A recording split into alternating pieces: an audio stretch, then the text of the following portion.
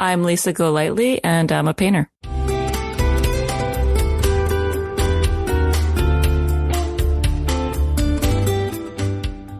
Hello, I'm Chris Stafford, and you're listening to AART, the podcast where we get to know women from around the world of visual arts. This is Season 2, Episode 21. My guest this week is the figurative painter Lisa Golightly, whose work revolves around memory and how snapshots shape and influence change. Lisa was born in Eugene, Oregon in 1974, one of two children, she has an older brother, to parents Frank, an accountant, and Patty, a teacher. Her father was also an amateur painter and sculptor who guided Lisa's introduction to art. She was also a keen rider and enjoyed showing hunter-jumper. Lisa's early academic interest was photography, and she graduated from the University of Arizona with a Bachelor in Fine Arts, leaning towards a career in photography. It was after she married her husband John that she turned her attention back to art and progressed to becoming a professional artist. Lisa works exclusively in her studio and shows her work at several galleries, including Billis Williams in Los Angeles, California, George Billis Gallery in New York City and Connecticut, the Maya Friedman Gallery in Jackson Hole, Wyoming, Julie Nestor Gallery in Park City, Utah, and the Patricia Rovza Gallery in Seattle, Washington. Lisa lives in Portland, Oregon, with her family and two dogs. Lisa, welcome to the podcast. Thanks for having me. Well, the first thing we're going to talk about is riding, because you told me off air that you actually did ride horses as a child. Tell me about that. Oh, I had to bother my parents for years before they let me ride. And then, and so I did it for a short period of time and then picked it up again for another shortish period of time as an adult. Got that kind of exercise, that desire. And so now I'm good. I always wanted my own horse. And then I grew up and I was like, oh, that's a lot more work than I thought it would be. You don't have that urge to go galloping across fields any longer. I don't. I know. I don't know where it went, but yeah. No, we've had other guests, as you know, one of which is Eleanor Cardoza, who's our sculptor friend in Geneva. She rode when she was younger. There's a few guests that have ridden horses, but don't do it any longer. What about dogs and cats? Oh, yeah. We have two big crazy dogs. Oh, you do? So you're a dog person? Yeah, we're dog people. Yeah. And you also told me when we first spoke, Lisa, that you're into music. Yeah, I love music. And it's actually, it's a through string through my life for sure. Like I met my husband at a concert. My kids love music, and we somehow managed to, it's one of our greatest achievements is our kids like the same music as we do. Oh my, that is an achievement, because your son and daughter, they're both in their 20s, so you wouldn't expect them to have the same playlist. No, yeah. So what genres are there then? Let's see. Well, like Radiohead, probably like 90s, alternative, I would say, is where we land. My husband probably has a more specific description. He's the more musician in the family, but and so my daughter actually has a better grasp of, like, say 70s 80s music than I do. Okay Well, you mentioned your husband John then, and that you met at a concert, so you have to tell us which concert where you This is embarrassing. A U2 concert, actually. We were at Fulton College and met through a roommate there. And that was it? Yeah, that was it. That was it. It was music that brought you together. Do you play an instrument, Lisa, or was that part of it? No. My husband plays guitar and has always dreamed to play piano, but I think that ship has sailed. But no, I'm a listener, not a player. And are you listening while you're working at the easel? Definitely, yeah. And it's funny. I gave you a list of songs that I love, and I was telling my husband that I have to, I've learned the hard way that I have to be conscious of what I'm listening to, because I tend to start painting at the pace of the song. And so Oh, interesting. yeah, and so like if it gets too like fast, I'm like, okay, let's take a break. Because I'm having a great time and it's fun, and then I'm like, what am I doing here? I love that. Well, I'm looking at your playlist now, which includes Pixies and Arcade Fire and Radiohead, as you mentioned. So if we could play a track during this podcast, Lisa, which would be the first one? Who would you like to listen to first? Gosh, it depends on the day. Today, I guess I could put how I listed. I think I put Pixies first. They're one of my go-tos. Good. Okay. Well, you know why we ask our guests for their playlists is because we use your music under the Instagram posts. I love that. Yeah. So you will be hearing all this back. So depending on your mood, as you say.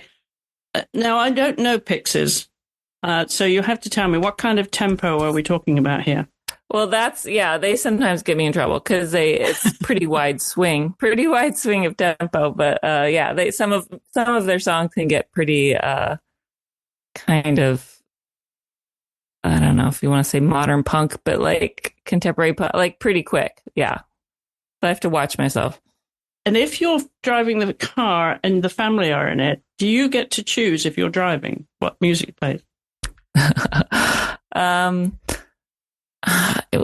I don't know. That's a good question. I usually get criticized by the family if I pick. So I'm very like self-conscious of picking something everyone will like, I think. Okay. Because I have a bunch of music snobs in my family. So. Oh, you do? Yeah. Were your parents musical then? Is that the influence? No, not at all.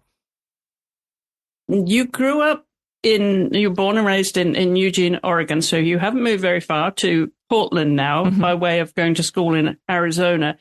And your parents, I'm interested because there seems to be some art influence there. Your dad, in his spare time, was a painter and sculptor. Tell us about that. Yeah, so he had a day job, but my whole life, he was always making something, whether it was painting. He did a lot of wood sculpture. And yeah, he was always, our whole house had paintings and sculptures and all sorts of things around. So yeah. And then I did a sculpture with him at one point. He was good about including me and my brother in that. Yeah. And so to me, painting was always kind of painting. Though I was interested in photography growing up and then ended up studying that in college, painting always, because what I saw in my head was where I wanted to get to. And it was a slow evolution, but it did happen. And by day, he was an accountant. His name was Frank, and your mum, Patty, was a teacher. What kind of teacher? School teacher, yeah. What kind of subjects did she teach? Well, she did fourth grade. I think fourth, fifth grade. So it was kind of an everything class. I think at that age, back then, it was, across the board, all subjects. All subjects. So if you had that influence from your dad for painting and sculpting, were they encouraging you to paint then, Lisa? Was there some inevitability about you becoming an artist? Oh yeah, they're the type of parents that would support you no matter what. Without the thought to the reality of how is my kid going to make a living doing that. But yeah, they would definitely have just supported any desire I had for that. So growing up in Eugene, Oregon, what was that like? Paint us a picture. It's a smallish town. It's a university town though. So being a university town, it had a lot of things going on for the size. But of course, you always kind of want to get out of where you grew up. Now I look at it, I'm like, oh, it's the perfect sized town. But, yeah, it's a very quaint little town, although it was heavily influenced. A lot of, quote unquote hippies in the 60s moved there. So it became quite the stuck in the 70s era when I was growing up. We had, Grateful Dead was huge. We had quite a few kind of like throwbacks of that era that still existed as if it was still happening in that town. But then it was like contrasted against a university setting and very, surrounded by farmland and forests. So it was the city life then. Would you call yourself a city girl? I wouldn't say it's a city. I mean, it's a good size. I mean, it was when I was growing up, I think it was 100,000. So I had enough to like occupy you, but I would have never counted it as a city growing up. What about the art community there? Did you have any influence as a child? Did you visit galleries and museums? We would go to museums quite a bit growing up.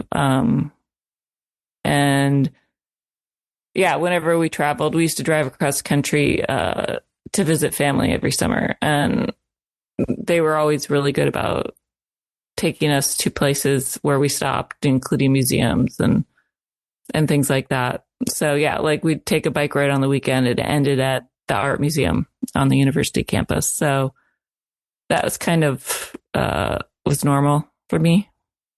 Do you remember some of the early names that you were learning about the artists? Oh, not really. I don't think I was ever particularly like focused on specific artists growing up.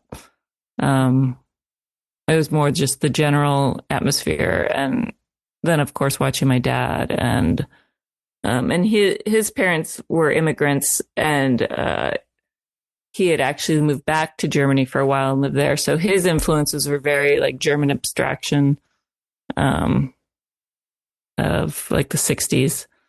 So that I've always loved abstract painting for that. And yeah, his influences were very strong. So as you became an adult then and immersed in art, who would be the artists that would appeal to you then, your taste now? So many. Yeah. Like I think, talking about women artists and contemporary artists or historical? Historical. Oh gosh. Well, I love trying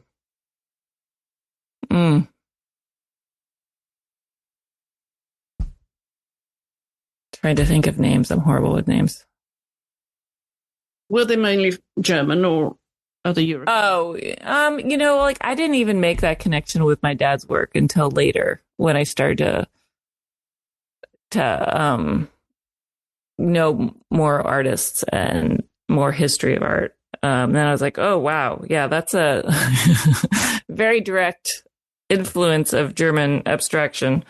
But that didn't really make a connection. But for me, I would say like Fairfield Porter is a big influence. I love his work. And in kind of in the same vein, Lois Dodd, who's still living, but that whole group of work, it really resonates with me, and their depiction of what was around them and their daily life is a big influence in my work. Do you hear people looking at your work compare you to any artists that you say, oh, yes, okay, this is who I want to be compared to? Or do you rebel against that comparison? I've never really heard a comparison. I think not recently, like maybe earlier when I was starting. I guess I've always taken comparison as a compliment. But I do have a tendency to push back against, I'd say probably more of a rebellious in that regard, in that like, I may push back against something like that and go the other direction. I used to do a lot of abstraction, and at some point I just kind of chose figurative over abstraction and went that direction. Mm-hmm. What do you like about what do you like to hear people say about your work now? I think one of the biggest compliments would just be that it makes them feel something, and that they find something in it that they connect with. I mean, I think that's a pretty big compliment, that the work could reach out and make a connection with somebody. Let's rewind, Lisa, if we may, to when you started painting with any real intention and what your feelings were about it. How did it make you feel? In some ways, I started painting in college. I was in the photography program, but I would use the photographs, a positive print photograph, paint on it, and then use that as the negative print to print a new print. And so that's kind of where the blending of the two mediums started. I think painting has always appealed to me in that there's a starting point and you don't know where it's going to go. Like the process dictates a lot of the end point for me. And so you can have that in photography using different techniques, I suppose. But for me, photography was more straightforward, and painting was like not a harder path, but a less straight, distinct path. And that always interested me. Do you still enjoy photography? I mean, just with my iPhone, like everybody, I don't pick up like a camera proper very often anymore. But I do use my phone a lot. And you do paint almost daily, do you? Is it just during the week? Do you give yourself personal time at the weekend? What does that look like? I think because I work my studios in my home, I do tend to not necessarily paint every day, but I do tend to do something every day, whether it's, just administrative or going out to the studio and doing something or actually painting. It does tend to be up every day. But I do take days off where it doesn't happen. But I try to be pretty good about a routine, because I think it's easy to not feel like doing it. You know what I mean? But I get out there, and I've gotten better at telling when it's going to be a good day and when you just push through, and when it's time to say, okay, I'm going to take a break for the day and do another thing. But it's usually most days. I try and be pretty routine about it. So when you go in the studio, do you close the door and put do not disturb on it and then turn on the music to set the mood, or have the where you are and where you're feeling that day determine what the music is going to be? I'm wondering which way round that comes, and what your mindset is when you think, I am going to work now. Yeah, the hardest part is that at my studio is in our backyard, so everyone knows really not to bother me, so I don't have to put a sign. But yeah, I don't think too much about what music. It's just mostly, I open my Spotify and I just kind of pick what sounds good that day and start going. Yeah, and once I'm out there, it's not that hard to get into, and I always kind of amazed at sometimes I'll sell it to myself if I'm not feeling it. I'll just go out there and just, do this for just a little bit, just to do something productive. And I get out there and you just kind of get sucked into the work and hours go by, which is a good thing. That's always a good day when you're out there for much longer than intended. And who gets to see the work first? Do you call John and get his first review, or how do you feel about that first showing and who gets to see it? Oh man. I guess I'm not precious about first showing. I mean, a lot of times I'll just throw it on Instagram, to be honest, if I'm happy with it. And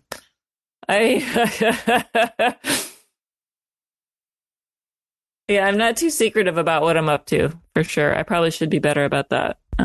But did the family critique it? Did they get to see? I mean, if they want, it's funny because I'm in a family of scientists and I'm like the only, the only artist. So there's not a lot of interest, to be honest. I do remember once when my kids were little, I had a painting in the house, and one of my daughter's friends was like, "That's really weird." And I was like, took that as a huge compliment that a kid was like, "That's really weird." Yeah, but no, I live with my family is like scientist brained, so okay, different side of the brain. Exactly. Yeah. And I don't have that side of the brain, so. Now, what about commissions? How much do they rule your life, Lisa? When I started, I did a lot. I pretty much started with commissions and portraits. And now I rarely do commissions. Yeah, because they're a totally different animal. Commissions, people's expectations or what they have in their head it can be challenging to get out. And I'm luckily enough I can stay busy now just doing the work I want to do. And so I'll do a couple a year, but that's pretty much it. Now, you graduated from the University of Arizona with a Bachelor in Fine Arts. What year was that, Lisa? 97. 97. And what was on your mind at that time? Did you have a purpose for your career, or were you playing it by ear? What did life look like in college and then when you graduated? Well, I studied photography, and somehow got it in my head that I was going to, because I was like, as I got closer to graduation, I'm like, ooh, what am I going to actually do? Our professors were very forward and saying only 2% of you will make a living doing this. So, and you hear that enough and you're like, ooh. For some reason, I thought I was going to get into still photography for movies. Because I was interning for a stock photo agency in college, and the owner knew somebody who did that. And so that sounded interesting because I always had an interest in film. So at first I thought I might do that, but that never came to be. So what did you do once you graduated? Oh, I got like your typical horrible art graduate day job in a film studio where they, process like thousands of photos a day. And I was you sit in a dark room with this machine and you roll through thousands of photos a day, printing them. Yeah, that's a good motivator to figure out what you want to do in life, for sure. And after that?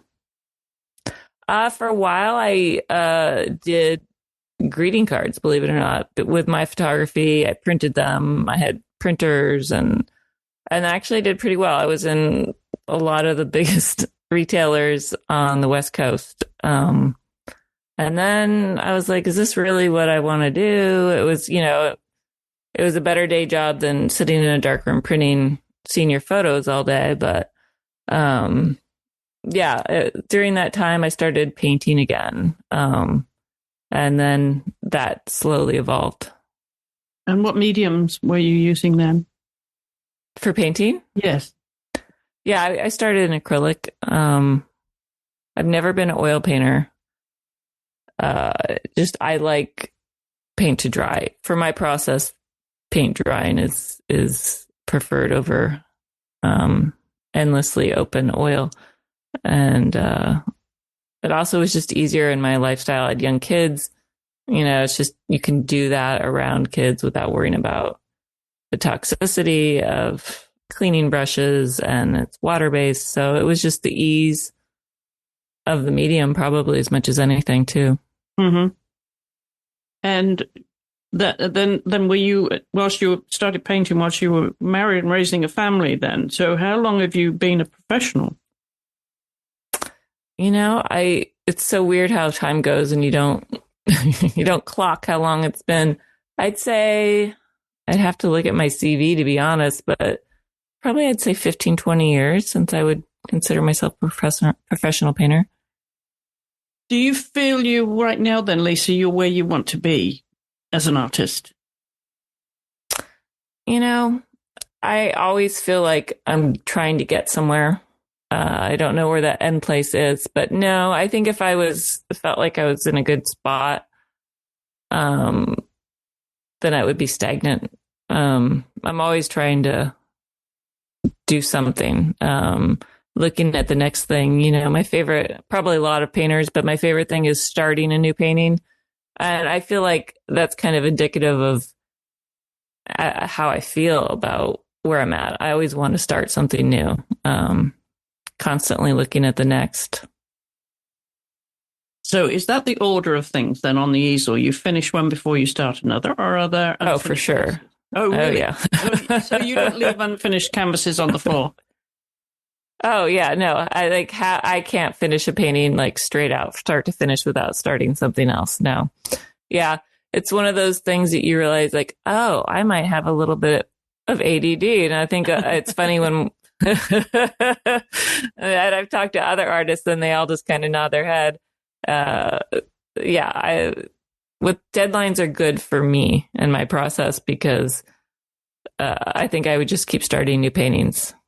And, and a lot of times the hardest part for a work will be kind of not the end, but a little past the middle. And so you don't have a reason to force yourself past that hard part sometimes. You can linger in that like, do I like it? And some of the more successful paintings is when you push yourself past that point. So I like deadlines.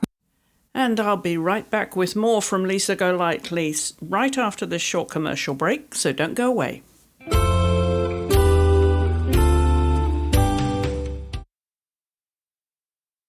And I'm back with my guest this week, the figurative painter Lisa Golightly. When you look at how you've evolved as an adult and how you've become the artist you've become, does it relate in any way to the child you were? I'm probably a lot the same person I was as a kid, to be honest. I haven't really thought about who I was as a child, to be honest, but oh man. I mean, what were you doing as a child, that was, floating your boat back then? I used to love to strangely sketch. I was like, I would just go outside with a sketchbook and sketch. And now I hate drawing. I hate drawing. I like painting, but I hate drawing. So it's kind of funny. But I remember my dad trying to teach me like, this is how you draw a horse. Or, I'd ask him, how do you draw this? And I have very distinct memories of doing that. I don't think he particularly liked to draw either, which is ironic. And my mom used to always ask him to paint portraits of us. And he wouldn't do it because it was just not in his wheelhouse. I like to draw, and I would like making things for people like out of paper or, drawing, constructing things. So probably not much has changed. So were you a studious child? Were you a good student and studious? Were you, what sort of personality? I'm always curious because listen to how artists have become the person they are in adult life, and sometimes it reflects what they were as children, and that also art may have helped, find their pathway in life in terms of the personality. It's a voyage of discovery, isn't it, in a way? And I'm just wondering, if the child has become the adult. Yeah, I would say in my younger years, especially like say pre-teen years, I was definitely considered studious and I loved, I got good grades. I never stopped trying but I, definitely by the end of college, I kind of was like not disillusioned, but the grade wasn't my like end goal, especially in the majority of college classes, to be real. Like the only classes that I really cared about were my photography classes. So I passed everything, but my photography classes were, that's where I wanted the validation and the approval, I'd say, of professors. And I was lucky in that I had, really wonderful professors that encouraged me to continue working outside of after college, even though it looked different than what I was studying at the time. They were my photography professors were very encouraging. With the degree, you have to take other art classes. And ironically, the painting professor at that school was notoriously mean. And that didn't bother me at the time because it wasn't my focus. But I would remember going into that class and girls would be leaving in tears, and he had a tendency to throw paintings on the floor that he didn't like. And it's funny, I thought it was like mildly entertaining, and I never took it to heart. And I think that's a good lesson moving forward as an artist too, is just that, that's what I saw in college, was like people's work being thrown on the floor and like people crying. And I was just like, whoa. So I've never been too bothered by opinion, I guess. So I've always looked at that as a good learning. I mean, it was probably traumatic for a lot of people, but it kind of rolled off my back. So it was a good learning opportunity to not let outside influence matter that much that I would be in tears about it. So has that shaped how you react to people now? And, do you have broad shoulders, tough shell? I think so. I mean, I'm kind of grateful for that experience, to be honest. I don't think you would be allowed to to teach the way he did. Now, honestly, I just don't think that would be in university vocabulary anymore, unfortunately, in a way. And, I mean, as an adult, I look back and like, oh, he had some things going on. It wasn't as much about what he was like, the kids' art he was looking at, I don't think. But when you're that kid, and those people, we were kids, really. I could see how, everyone's different, and that could probably have been really traumatic for people, and clearly was. I think luckily, because that wasn't the end all be all for me at the time, painting. So I was able to be like, oh, whatever, but my photography professors were really encouraging. It might have been a different story if they were ripping my photos up and throwing them on the ground. Well, your parents, I'm sure, were not at all surprised that you've become the artist you've become. But what do you think your friends in college, college mates, and the people that you grow up with, your contemporaries, what would they say? Yeah, I don't think anything I was doing growing up or in college even would have said, oh, this is going to be a professional artist. As I remember, there was one person in the photography program that you could tell the professor's like, oh, she's gonna make a go of this.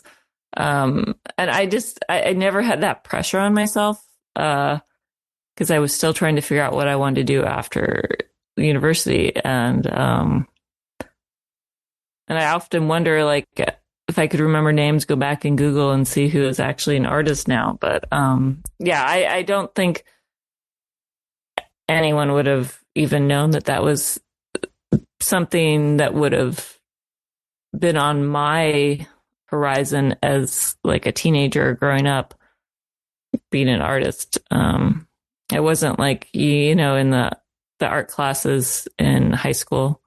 I don't think I even took art in high school. But I was always making stuff at home. It's just not something I would wanted to do at school. So I was probably surprised yeah. You mentioned an interest in film at that time. Do you still have an interest? I mean, yeah, a bit. And I love, it was a huge influence. I actually went to university thinking I would be a film major. And then that shifted into still photography. But yeah, like I mentioned, part of that came back into play when I was looking at after college, if I didn't even know still photographers existed within films. You know, all the pictures you see of a film are taken by a still photographer on set. Thank God now, because I remember talking to a still photographer in that industry, and he didn't really sell it, let me put it that way. He talked about, you know, long hours, tedious, and how boring it is. And that might be why I didn't go into it. But yeah, I mean, there's definitely, I think, a clear influence of photography in my work, but part of that is also film. And I also do work from film stills sometimes of old home movies. So that definitely still is in the mix. Do you ever have a moment when you look back on how your childhood, your education shaped you as a young adult and say, I wish I had? How would you finish that sentence? Ooh. You know, I don't think I would do anything differently. I'm not someone who looks back and wants to change things that happened necessarily. Because I think everything leads to what you're doing now. If I wasn't happy with what I was doing now, I might have a different answer, but I don't really wish I did anything differently or in a different pace or a different time or a different order, because it all kind of built on itself. If you weren't an artist, do you know what you would do? What other things do you enjoy? Maybe interior design, which is a bit of a creative field, but yeah, I've always, my parents were big into interior design. Growing up, I grew up being drugged to every antique store in this country. They were big antique collectors, and we had a lot of like house magazines around. So I didn't grow up looking at art magazines, but I would look at house magazines. And my favorite part, and still is, of looking at house design and interior decorating is what art people choose and place and where they put it. And that's always what I was looking at in design. So in your home, then, do you decorate it with your art mostly, or do you like other influences? Are you a collector? Oh, no. None of my art. I couldn't live with my art on the walls, because I would be looking at little things that, no, I don't want to look at it all day. But yeah, I tried to start collecting more work of other artists. So definitely live with other people's work, not my own. And what does validation look like for you as an artist? Where's the ultimate satisfaction and validation as an artist? I mean, ultimately, I think you have to be happy with your own work, or not even happy. That's probably not the right word, but satisfied and like fulfilled by the process as much as anything for me. Obviously, when people respond to it in a gallery or, someone buys it, that feels great, because if someone wants to live with something you made, it feels incredible. It's a huge compliment. But ultimately, I think just the day-to-day process of making is what really kind of is the fulfilling part for me. So when you go to bed and switch off the light, what do you like to feel before you go to sleep in terms of your work and the satisfaction of your work? Do you like to feel like a rock star, that you've done one piece that surprised you, or do you go to bed with frustration that a piece is not turning out the way it has? It depends on what day, probably. Yeah. All of there's a little bit of exactly. It depends on what day of the week, right? Yeah. Yeah. I take a lot of photos in the studio, and so in the evenings, a lot of times I'll be sitting there looking at photos that I took from that day's work, and that is usually, I mean, it's fun, amazing. I don't know why our brain does this, but for some reason, looking at the photo of the work, I see more than staring at it in person sometimes. Just like that separation of not being directly in front of it allows me to see things that I like and don't like about it as much as in person. So that's kind of my evening. But I guess depending on what I'm looking at on my phone before I go to bed, if I like that day's work or not. So you really are combining your photography and the art then. And do you photograph the process of a piece? I'll do it. Yeah. And that's usually what I'm looking at night, because small sketches I can do within a day, but like a big piece on a panel is not something I usually do in one sitting. So I'm always looking at where it's at the end of the day. Or I'll go switch back, in different points in its existence and see what I liked from what point. And sometimes the trajectory is up and sometimes it's down. And so then it's about, do you go back and try and go back to what you liked, or do you move forward and just see where it takes you? But it's definitely a huge part of my process. It's the starting point, and I guess in a lot of ways the ending point, because when you're done with a painting, you photograph it. And so they're very integrated processes for me. What would you say art has taught you as a person? What do you say? What would you think the influence on you has become? I know we all feel something different as people from how art influences us. Maybe other people's art, or having been an artist, combining all of those things, it makes us sometimes feel that we've discovered a part of ourselves, of course, in our work. But what would you say were the headlines of that? I mean, on a daily life basis, I would say for me, it's patience. I'm not a patient person. Anyone that knows me, I'm a very impatient person. And painting can often just takes a lot of patience. Not every painting I paint, I'm happy with or ever sees the light of day. So it's continuing on, like perseverance for like not letting one thing or one bad day or one bad painting tumble the whole process, and just moving on. And I think I'm getting better at that as I get older. When I look at other people's work, it's a bit of a relief because I'm not as critical of other people's work in a lot of ways. It's because when I look at my own work, I see all the things I would change possibly, and other people's work, the same things. If it was my painting, I would change, I accept and love. So that's probably a good life lesson, to accept your own flaws.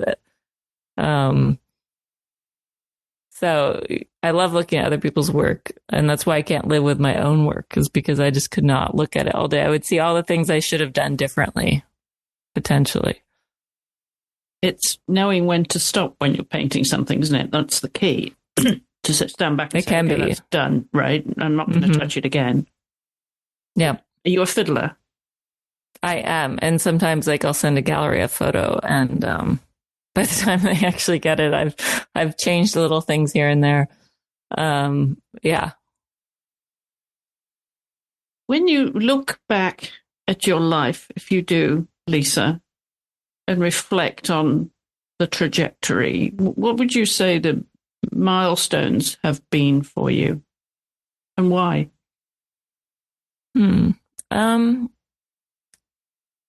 It's probably, a path of personal and professional cross a lot, but, I moved away for university, and that was a big thing for me. I think a good thing. I had to create my own world in a new place. I didn't know anybody. That was a big point. And then starting a family, of course. But then when I started painting, I took an unconventional route to painting because I didn't do it right out of university.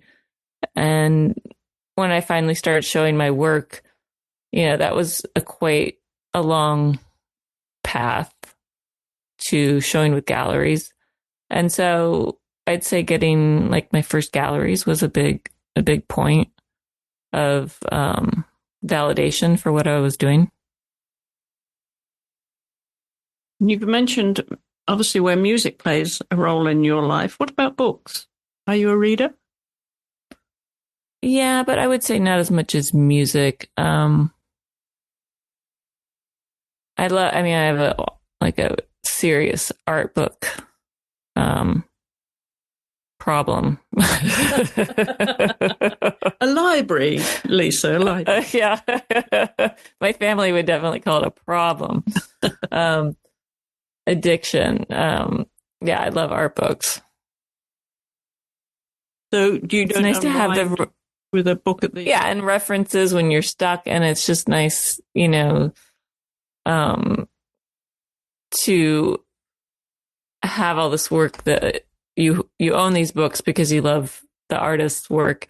And so when you're stuck or you're feeling unmotivated, or it's wonderful to be able to open a book and be like, oh yeah, that's right. That's, and that motivates me, to be honest. Is like looking at work that I love motivates me more than anything else. It makes me want to make work that I love, that I feel proud of.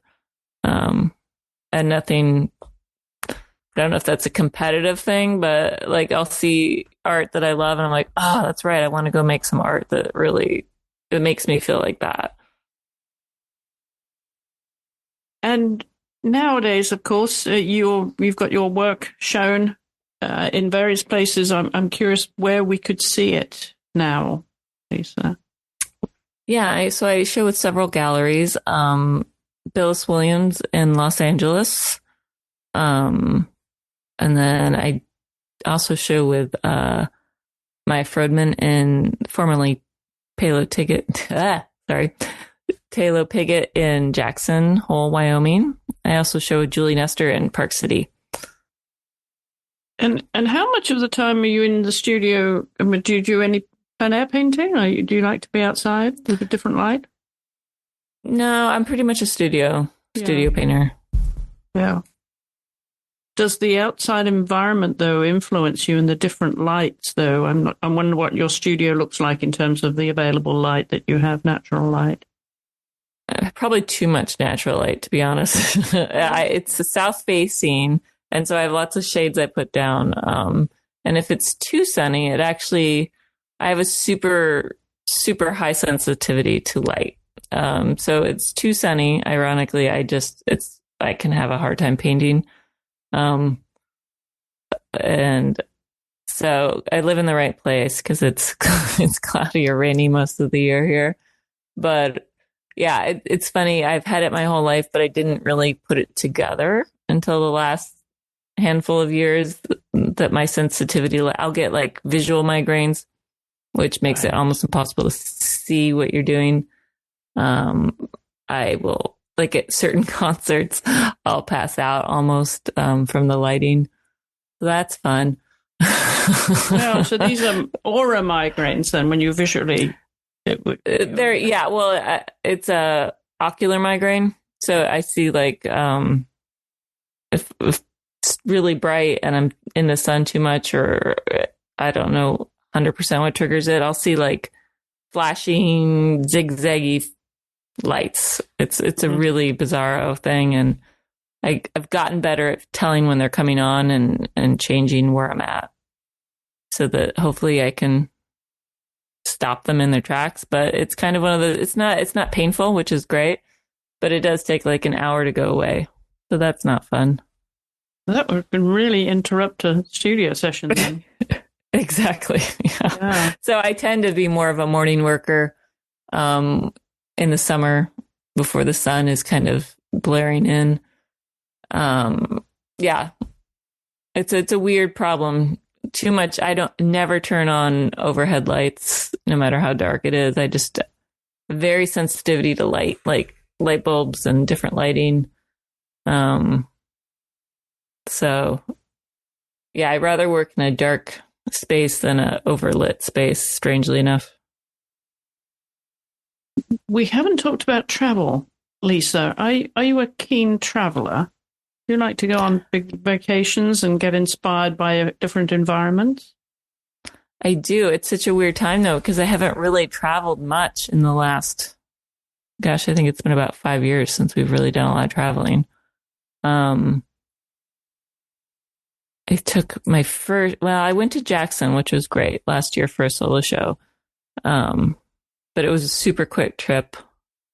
I took my kids to a concert in Vegas a few months ago, which was the first trip I've taken with them in years. And that was really fun and got me really wanting to travel again. We just haven't, my husband travels a lot for work and I will travel for shows, but that's about it. We haven't done a family trip or even just me and my husband in so long. But I do love to travel. I grew up, like I mentioned, we would drive across, we had a Vanagon, a VW Vanagon growing up. We'd drive that across the country. So I've been to most states west of Michigan, just by driving. So I do love a good road trip, but I love traveling overseas as well. So hopefully more of that will be in the future. Well, I'm sure concerts are an important family event for you too. Who are the artists that you're still hoping to see? I've seen like most of my bucket list art. I haven't seen Arcade Fire live. Okay, Arcade Fire is on the bucket list. Anything else on the bucket list? I'd say so. Oh, bucket list. I'm not a big bucket list person. Okay, because let's relate it to travel. What's on the travel bucket list? I would love to go back to Italy. We went there years ago with our kids, and we always, when we were even there, we were like, oh, we have to come back someday. So I'd love to do that. My husband works for a Dutch company, so that's always he goes there a lot. So I have a feeling I'll be going back there soon. Which, whenever I can go over there, it's fun to go to galleries and museums over there. So that's always a good bonus. And what does 2024 look like for you now? We're well into it. Do you have any workshops, any showings? I have a show coming up in October in Los Angeles at Billis Williams. So I've just started working on work for that. And when is that? In October. Okay. Well, Lisa, it's been great to get to know you a little bit anyway. And I appreciate you sharing your life story on the podcast. And again, thank you very much for being my guest this week. Thanks so much for having me. And you'll find a link to Lisa's website and to her social media right there in the show notes on your podcast app. And you can also find the complete transcript of the show in your podcast app too. So it's all there in one place. Plus links, of course, to our social media where you can post your comments and questions, suggestions. You can also reach us via email at hollowellstudios@gmail.com. I always love to hear from you, so do please drop us a line anytime and tell us what you think of the show, and also share it with anyone who you think might be interested. My thanks again to my guest this week, Lisa Golightly, and to you for listening. I'll be back next week with another guest from the world of visual arts, so I do hope you'll join me then.